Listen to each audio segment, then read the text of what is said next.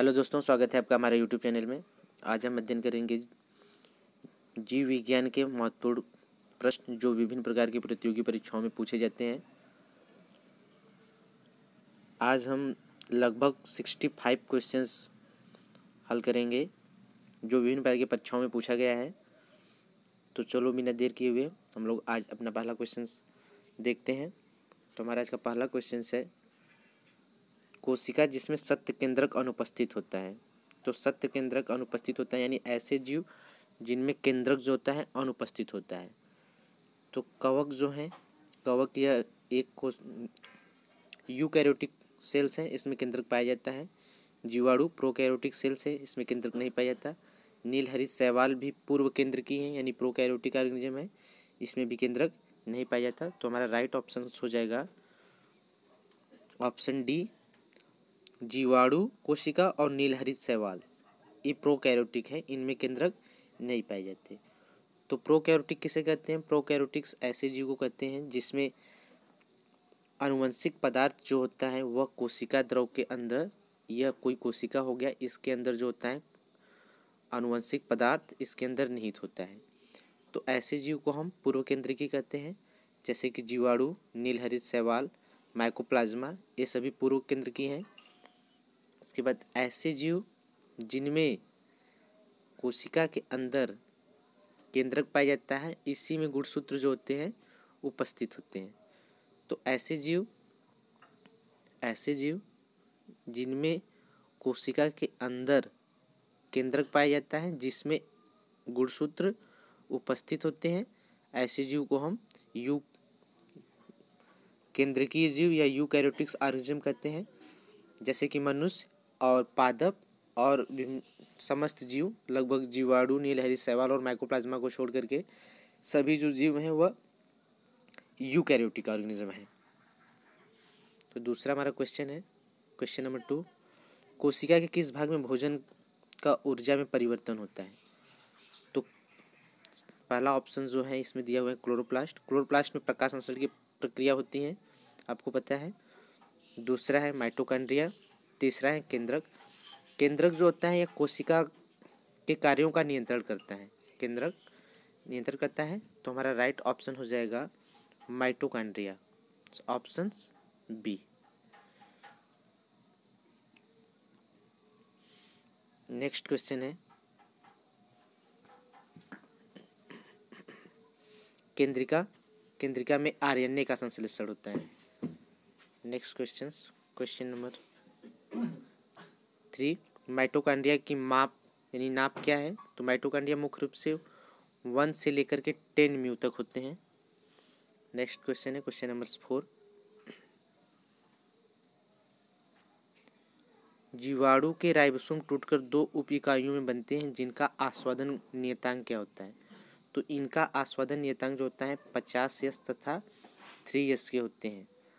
Ribosomes ऐसे कण होते हैं जिनमें आरएनए की मात्रा अधिक होती है। नेक्स्ट क्वेश्चन हमारा है, next question number 5,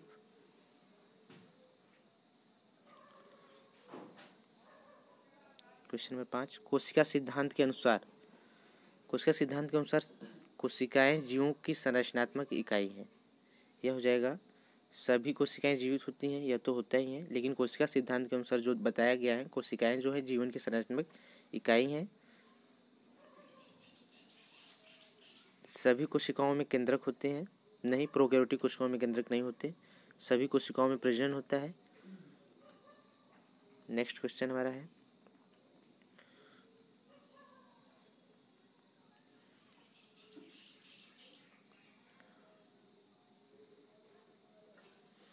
next question है क्वेश्चन नंबर 6, कोशिका सिद्धांत का प्रतिपादन किया था। कोशिका सिद्धांत का प्रतिपादन स्लीडन तथा स्वान ने किया था। रॉबर्ट हुक ने सर्वप्रथम कोशिका की खोज की थी। वाटसन और क्रिक ने डीएनए के डबल हेलिक्स मॉडल के विषय में बताया था। और जो डार्विन और लैमार्क हैं, इन्होंने जो है डार्विन्स लैमार्क जो हैं आपके जीवों की उत्पत्ति के विषय में बताए हैं लैमार्क्स। और डार्विन भी जीवों की उत्पत्ति के संबंध में बताया गया है कि कैसे जीवों का विकास हुआ, जीवों का कैसे विकास हुआ, या डार्विन और लैमार्क के द्वारा बताया गया है कि नए जाति की उत्पत्ति कैसे होती है। नेक्स्ट क्वेश्चन से हमारा क्वेश्चन नंबर 7, सर्वप्रथम माइटोकॉन्ड्रिया को देखा था, तो सर्वप्रथम कार्लिकर ने देखा था। अल्टमैन ने इसका नाम माइटोकॉन्ड्रिया रखा था। रॉबर्ट हुक के बारे में पहले ही बता दिया गया, इन्होंने कोशिका की खोज की थी। रॉबर्ट ब्राउन, इन्होंने केंद्रक की खोज की थी। नेक्स्ट क्वेश्चन है क्वेश्चन नंबर 8, बाह्य केंद्र की डीएनए मिलता है, तो बाह्य केंद्र की डीएनए जो होता है आपका, यह माइटोकॉन्ड्रिया में भी मिलता है और क्लोरोप्लास्ट में भी मिलता है, तो राइट ऑप्शन हो जाएगा ऑप्शन डी। नेक्स्ट क्वेश्चन पे हम लोग चलेंगे। अब हमारा नेक्स्ट क्वेश्चन जो है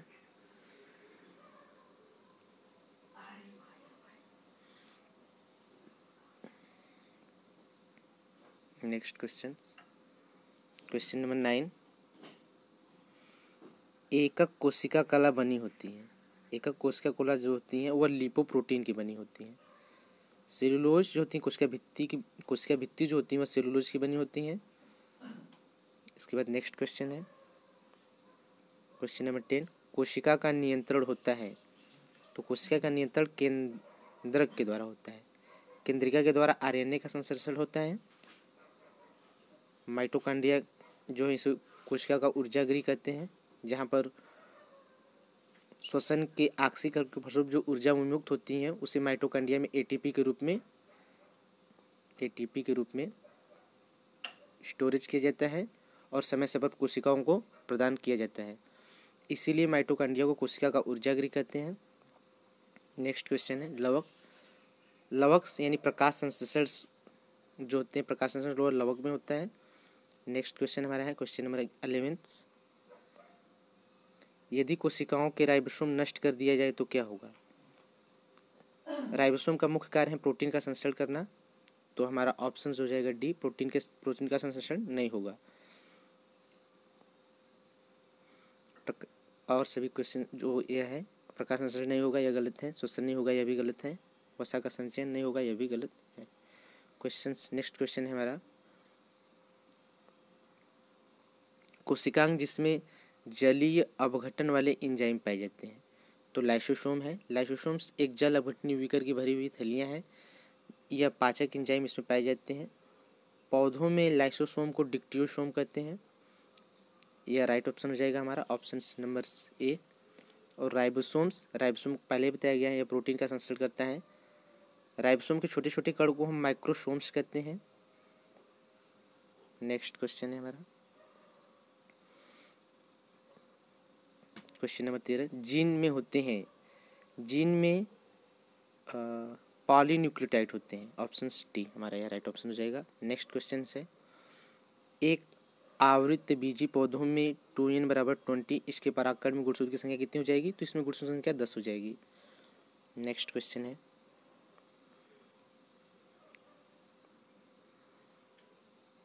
क्वेश्चन नंबर 15, कोशिका में म्यूटेशन का बिंदु होता है, तो म्यूटेशन का बिंदु जो होता है वह जीन होता है। सेंट्रोमियर्स, यह गुणसूत्र को, यह जो हो गया यह सेंट्रोमियर है जो दो गुणसूत्र के दो भुजाओं को आपस में जोड़ता है, इसी को हम सेंट्रोमियर कहते हैं। जीन कोशिका के म्यूटेशन का बिंदु है। जीन संचरण की इकाई भी होता है। गुणसूत्र जो होता है, गुणसूत्र के विषय में सर्वप्रथम स्टारबर्ग ने इसकी खोज की थी तथा वाल्डेयर ने इसका नाम गुणसूत्र रखा था। केंद्रक की खोज सर्वप्रथम रॉबर्ट ब्राउन ने किया था। यह दोहरी इकाई झिल्ली की घिरी हुई असतत संरचना है। केंद्रक क्या है, दोहरी इकाई झिल्ली की घिरी हुई यह असतत संरचना है, बीच बीच में इसमें पोर होते हैं, तो इस तरह से इसकी संरचना बनेगी।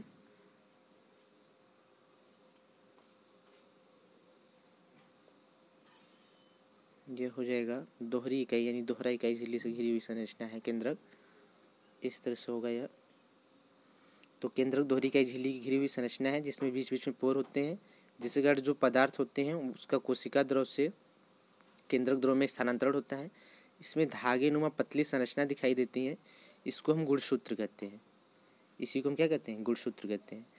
केंद्रक में एक द्रव होता है जिसको हम केंद्रक द्रव कहते हैं। केंद्रक की खोज सर्वप्रथम रॉबर्ट ब्राउन ने किया था। नेक्स्ट क्वेश्चन से हमारा है क्वेश्चन नंबर 16। गुणसूत्रों पर जीन व्यवस्थित होते हैं तो रेखीय क्रम में होते हैं। गुणसूत्र पर जो जीन होते हैं वह किस क्रम में होते हैं? रेखीय क्रम में होते हैं। Question number 17। गुणसूत्र जिनकी भुजाएं बराबर होती हैं उसे हम क्या कहते हैं? उसको हम मेटासेंट्रिक कहते हैं। हमारा राइट ऑप्शन सी हो जाएगा। गुणसूत्र मान लीजिए सेंट्रोमियर है, सेंट्रोमियर के द्वारा ये भुजाएं, दो भुजाएं आपस में जुड़ती हैं, यानी भुजाएं जो हैं अगर बराबर हैं तो उसे हम क्या कहेंगे? मेटासेंट्रिक कहेंगे। यह मेटासेंट्रिक हो जाएगा हमारा। उसके बाद टेलोसेंट्रिक्स। टेलोसेंट्रिक्स उसे कहते हैं जब यह सेंट्रोमियर हो गया, एक भुजा बड़ी होगी और दूसरी भुजा छोटी होगी, तो इस प्रकार के क्रोमोसोम को हम कहेंगे टेलोसेंट्रिक्स। क्या कहेंगे? टेलोसेंट्रिक्स। उसके बाद एग्रोसेंट्रिक्स। एग्रोसेंट्रिक्स जब सेंट्रोमियर की दूसरी ओर कोई भी भुजा नहीं पाई जाती तो उसको हम एग्रोसेंट्रिक कहते हैं। एग्रोसेंट्रिक हो जाएगा हमारा। नेक्स्ट क्वेश्चन हमारा है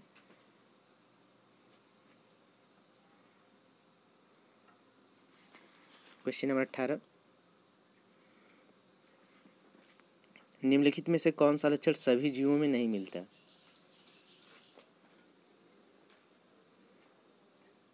तो इसका राइट ऑप्शन हो जाएगा प्रोटीन के विभिन्न प्रकार। क्वेश्चन नंबर 19 देख लेते हैं। इलेक्ट्रॉन सूक्ष्मदर्शी द्वारा खोजी गई संरचना है। तो इलेक्ट्रॉन सूक्ष्मदर्शी द्वारा खोजा गया जो संरचना है वह राइबोसोम है।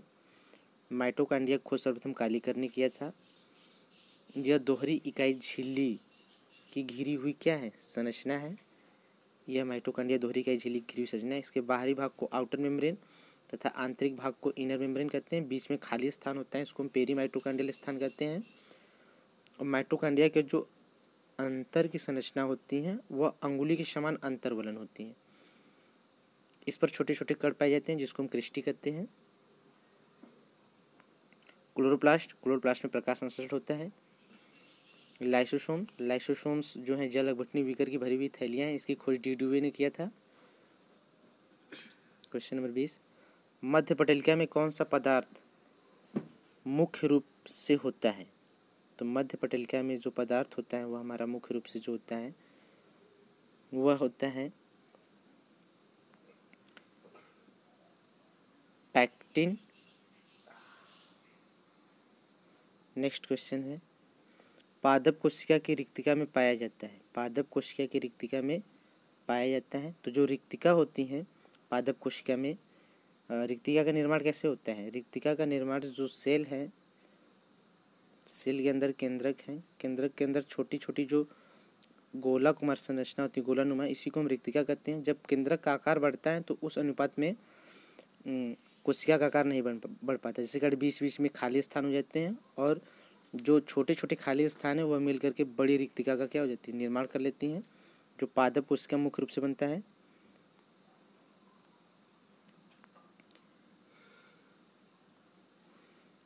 इस रिक्तिका में कुछ उत्सर्जी पदार्थ होते हैं, इसमें जल भी होता है, घुलित पदार्थ यानी कुछ उत्सर्जी पदार्थ भी होते हैं।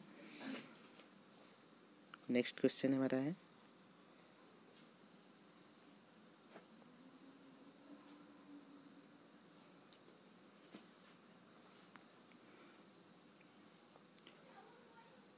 माइटोकॉन्ड्रिया तथा क्लोरोप्लास्ट में क्या समानता है? माइटोकॉन्ड्रिया और क्लोरोप्लास्ट दोनों में डीएनए मिलता है। यह राइट ऑप्शन हो जाएगा हमारा।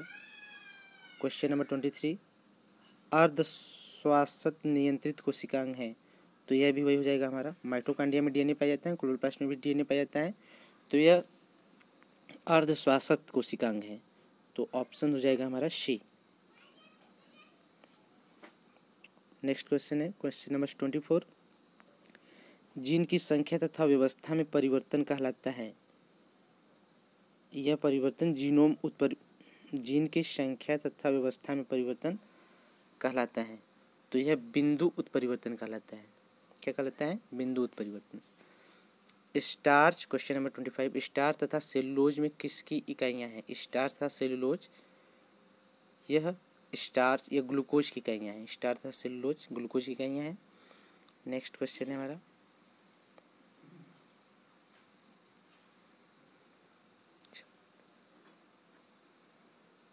क्वेश्चन नंबर 26, कोशिकाओं के बीच जीव द्रव्य जोड़ किसके मिलते हैं? तो यह है हमारा राइट ऑप्शंस। ए, प्लाज्मोडेस्माटा के द्वारा। माइटोकांड्रिया का अभाव होता है, क्वेश्चन नंबर 27। तो माइटोकांड्रिया जो है नील हरित शैवाल में नहीं पाए जाते, न तो जीवाणु में पाए जाते हैं, यानी माइटोकांड्रिया के स्थान पर इसमें मीसोसोम पाया जाता है। तो राइट ऑप्शन हो जाएगा बी तथा सी दोनों। नेक्स्ट क्वेश्चन है क्वेश्चन नंबर 28, एक झिल्ली द्वारा घिरे कोशिकांग हैं। एक झिल्ली द्वारा, जो राइबोसोम है इसके चारों तरफ कोई झिल्ली नहीं पाई जाती, लवक के चारों तरफ भी कोई झिल्ली नहीं पाई जाती, लवक के चारों तरफ दोहरी का झिल्ली पाई जाती है, सॉरी। और इस जो आपका स्फीरोसोम्स हैं इसके चारों तरफ केवल एक आवरण पाया जाता है। तो यह हमारा हो जाएगा right options option A. Question number 29, किसके पाचन से एमिनो अम्ल बनता है? तो प्रोटीन के पाचन से एमिनो अम्ल बनता है। नेक्स्ट क्वेश्चन से क्वेश्चन नंबर 30, 80 यस राइबोसोम टूटते हैं।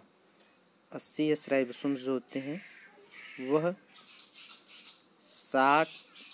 80 यस राइबोसोम जो हैं वह टूट जाते हैं।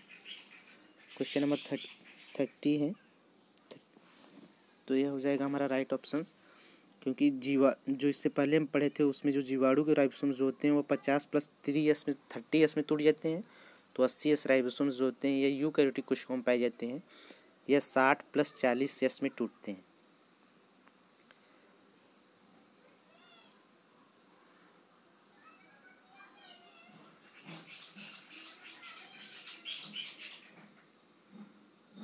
नेक्स्ट क्वेश्चन है क्वेश्चन नंबर 31,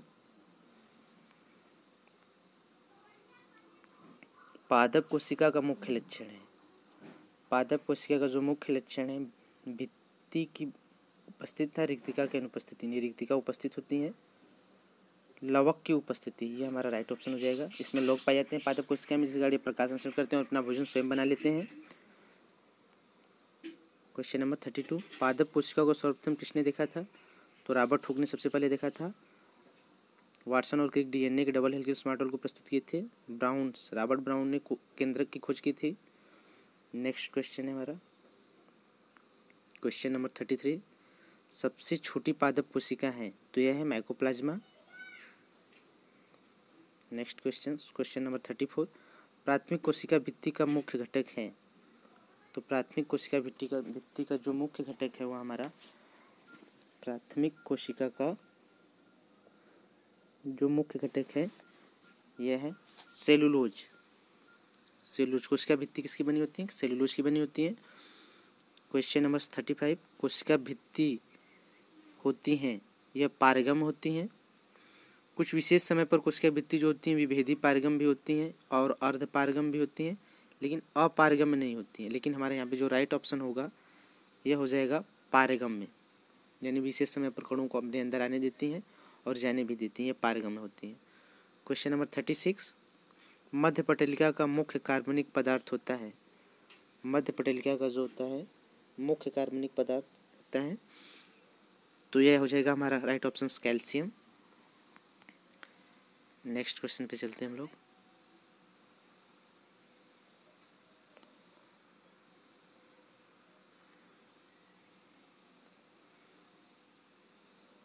क्वेश्चन नंबर 37, कोशिका भित्ति पर किसके स्थूलन से अपारगम में बन जाती हैं? जो अपारगम में है वह किसके स्थूलन से बन जाती हैं? तो राइट ऑप्शन हो जाएगा हमारा इसमें सुबेरिन के स्थूलन से जो कोशिका भित्ति हैं वह अपारगम हो जाती हैं। क्वेश्चन नंबर 38, लिग्नीकृत कोशिकाएं हैं। लिग्नीकृत कोशिकाएं हैं, तो इसका राइट ऑप्शन हो जाएगा दृढ़ ऊतक रेशे भी इसमें पाए जाते हैं, वाहिनिकाएं भी पाई जाती हैं, वाहिकाएं भी पाई जाती हैं। ये सभी राइट ऑप्शन हमारा जो हो जाएगा इसका राइट ऑप्शन ए सभी हो जाएगा। क्वेश्चन नंबर 39, घास की पत्तियों को छूने पर क्यों चुभती हैं? तो यह हमारा राइट ऑप्शन जाएगा क्योंकि इसमें सिलिकॉन के कण होते हैं। नेक्स्ट क्वेश्चन सेलुलोज को भोजन के रूप में उपयोग करते हैं? तो करते हैं, सेलुलोज को पशु भोजन के रूप में उपयोग करते हैं, मनुष्य भी करते हैं। तो हमारा राइट ऑप्शन हो जाएगा क्रमांक ए और सी, यानी क्वेश्चन जो ऑप्शन है वह डी राइट ऑप्शन हो जाएगा। 41 सेलुलोज व हेमी सेलुलोज हैं, क्या है? सेलुलोज और हेमी सेलुलोज जो हैं वह पॉलीसेकेराइड है। सेलुलोज हेमी सेलुलोज पॉलीसेकेराइड है एक प्रकार का। क्वेश्चन नंबर 42 रिक्तिका को घेरने वाली झिल्ली को क्या कहते हैं? रिक्तिका को घेरने वाली झिल्ली को हम टोनोप्लास्ट कहते हैं। कोशिका भित्ति जो होता है यह कोशिका के चारों तरफ जो आवरण पाया जाता है पादप कोशिका के चारों तरफ, उसी को हम कोशिका भित्ति कहते हैं। जीव द्रव की खोज सर्वप्रथम हेक्सले ने किया था और इसे जीवन का भौतिक आधार कहा था। उसके बाद नेक्स्ट क्वेश्चन है हमारा क्वेश्चन नंबर 43 एंथोसाइनिन पादप कोशिका में कहाँ मिलते हैं? तो ये रिक्तिका में मिलते हैं। एंथोसाइनिन जो होते हैं पादप कोशिका के रिक्तिका में मिलते हैं। इसके कारण जो पुष्प का रंग होता है एंथोसाइनिन के कारण वे विभिन्न प्रकार के मतलब पुष्प जो होते हैं रंगीन होते हैं। एंथोसाइनिन के ही कारण पुष्प कैसे होते हैं? रंगीन होते हैं।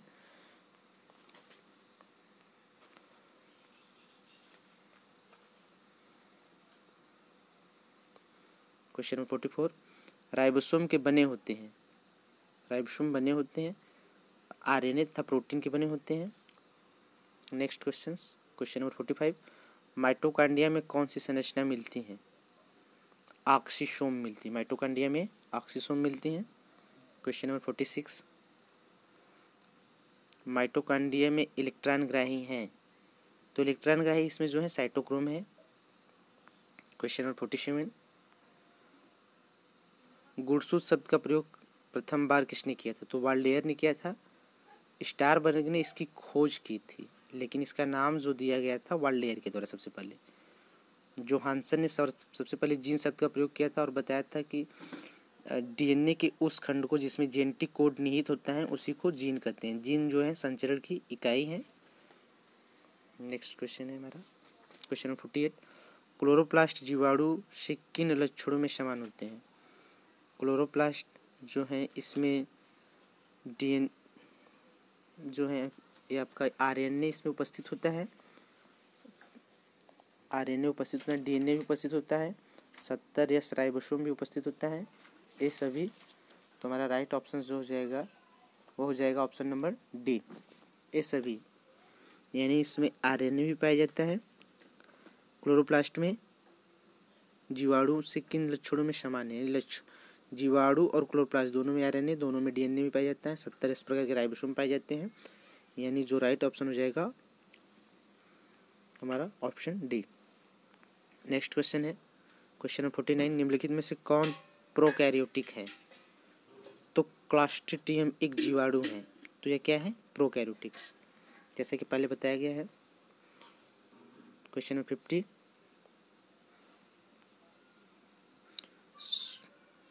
क्वेश्चन नंबर 50 का हो जाएगा हमारा स्वप्रतिकृत का गुण पाया जाता है। तो डीएनए में पाया जाता है। डीएनए जो होता है इसमें रेप्लिकेशंस का गुण पाया जाता है, इस कारण यह नया डीएनए बना लेता है।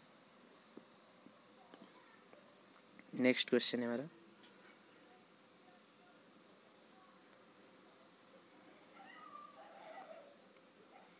श्रावण से संबंधित है। तो गाल्जिकाई को सर्वप्रथम डी डुवे ने किया था। राइबोसोम यह प्रोटीन संश्लेषण में भाग लेता है। क्रोमोसोम गुणसूत्र। उसके बाद नेक्स्ट क्वेश्चन है हमारा क्वेश्चन नंबर 52 रॉबर्ट हुक के कार्य कोशिकाओं के चित्र किस में प्रकाशित हुए थे? तो यह जो बुक था यह माइक्रोग्रेफिया में इनका प्रकाशन हुआ था। क्वेश्चन नंबर 53 पॉलीटीन क्रोमोसोम मिलते हैं। तो बताया गया था इससे पहले वाले वीडियो में कि जो पॉलीटीन गुणसूत्र होते हैं यह ड्रोसोफिला में पाया जाता है। घाव भरता है किस प्रकार के विभाजन से? तो घाव जो होता है आपका सोमेटिक कोशिका विभाजन से भरता है। दो तरह के विभाजन होते हैं शरीर में मुख्य रूप से समसूत्री विभाजन और असूत्री विभाजन। तो समसूत्री विभाजन द्वारा ऐसे कोशिकाओं समसूत्री विभाजन ऐसा विभाजन होता है जिसमें एक कोशिका दो पौत्री कोशिका में बढ़ जाती है, जिसमें गुणसूत्र की संख्या मात्र कोशिका की तुलना में समान होती है। तो समसूत्री विभाजन द्वारा पूरे शरीर का निर्माण होता है। समसूत्री विभाजन का जो महत्व है, इसमें कुछ पादप, इसमें कुछ एक कोशिकीय जो जीव हैं वह जनन के रूप में प्रयोग करते हैं। मनुष्यों में जो वृद्धि होती है वह समसूत्री विभाजन के द्वारा होती है। मनुष्यों में टूट फूट का मरम्मत जो होता है समसूत्री विभाजन के द्वारा होता है। समसूत्री विभाजन जब कभी कभी अनियंत्रित हो जाता है तो एक उभार जैसी संरचना बनती है जिसको हम ट्यूमर कहते हैं। उसमें धीरे धीरे वह ट्यूमर कैंसर में बदल जाता है। तो यह समसूत्री विभाजन द्वारा होता है। क्वेश्चन नंबर 55, पादप कोशिका में कोशिका द्रव विभाजित होता है। तो यह हो जाएगा हमारा ऑप्शन बी, केंद्र से परिधि की ओर कोशिका पट के द्वारा। क्वेश्चन नंबर 56, माइटोकॉन्ड्रिया की सबसे अधिक संख्या मिलेगी। तो माइटोकॉन्ड्रिया की सबसे अधिक संख्या जो मिलेगी विभिजोतिक कोशिकाओं में। विभिजोतिक कोशिका ऐसे स्थानों पर पाई जाती हैं जिसमें विभाजन होता रहता है, यानी ऐसा कोशिका जिसमें लगातार विभाजन होता रहता है उसको हम विभिजोतिक कोशिकाएं कहती हैं। यह पौधों के अग्रभाग में तथा पार्श्व भाग में एवं जड़ों में पाई जाती हैं। तो वहाँ पे विभिजोतिक कोशिकाओं में माइटोकॉन्ड्रिया भी सबसे अधिक पाई जाती हैं। तो हमारा राइट ऑप्शन क्या हो जाएगा? Option A. नेक्स्ट क्वेश्चन है,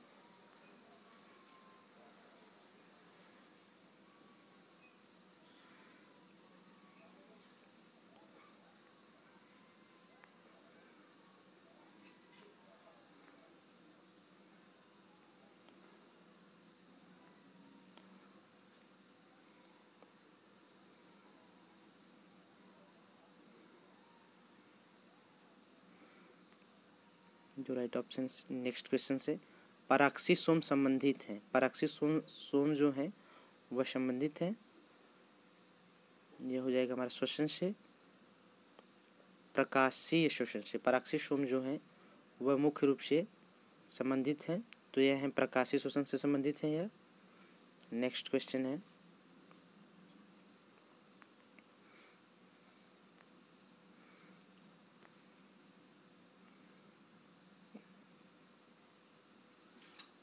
नेक्स्ट क्वेश्चन नंबर 58, न्यूक्लिक अम्ल की खोज की थी। न्यूक्लिक अम्ल की खोज की थी, तो इसका जो है हमारा राइट ऑप्शन हो जाएगा ऑप्शन ए, मिसर ने सबसे पहले न्यूक्लिक अम्ल की खोज की थी। उसके बाद जो है सेलुलोज क्या है? सेलुलोज जो है हमारा एक प्रकार का पॉलीसेकेराइड है। क्वेश्चन नंबर 59, सेलुलोज एक प्रकार का पॉलीसेकेराइड है। नेक्स्ट क्वेश्चन है,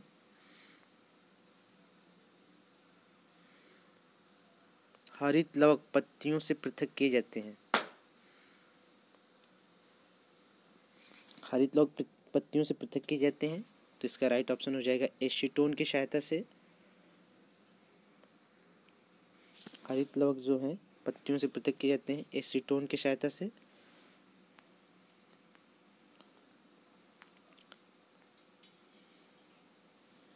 नेक्स्ट क्वेश्चन है, माइटोकॉन्ड्रिया लवक तथा जीवाणु के राइबोसोम होते हैं। माइटोकॉन्ड्रिया जीवाणु के राइबोसोम होते हैं, तो यह 70 यस प्रकार के होते हैं। राइट ऑप्शन हो जाएगा हमारा 70 यस प्रकार के होते हैं। आशा करते हैं कि आपको यह वीडियो पसंद आया होगा। अगर आपको वीडियो पसंद आया तो लाइक, शेयर और चैनल को सब्सक्राइब करें, जिसके कारण हमारे आने वाले अगले वीडियो का आपको नोटिफिकेशन मिल जाए। Thanks for watching. धन्यवाद।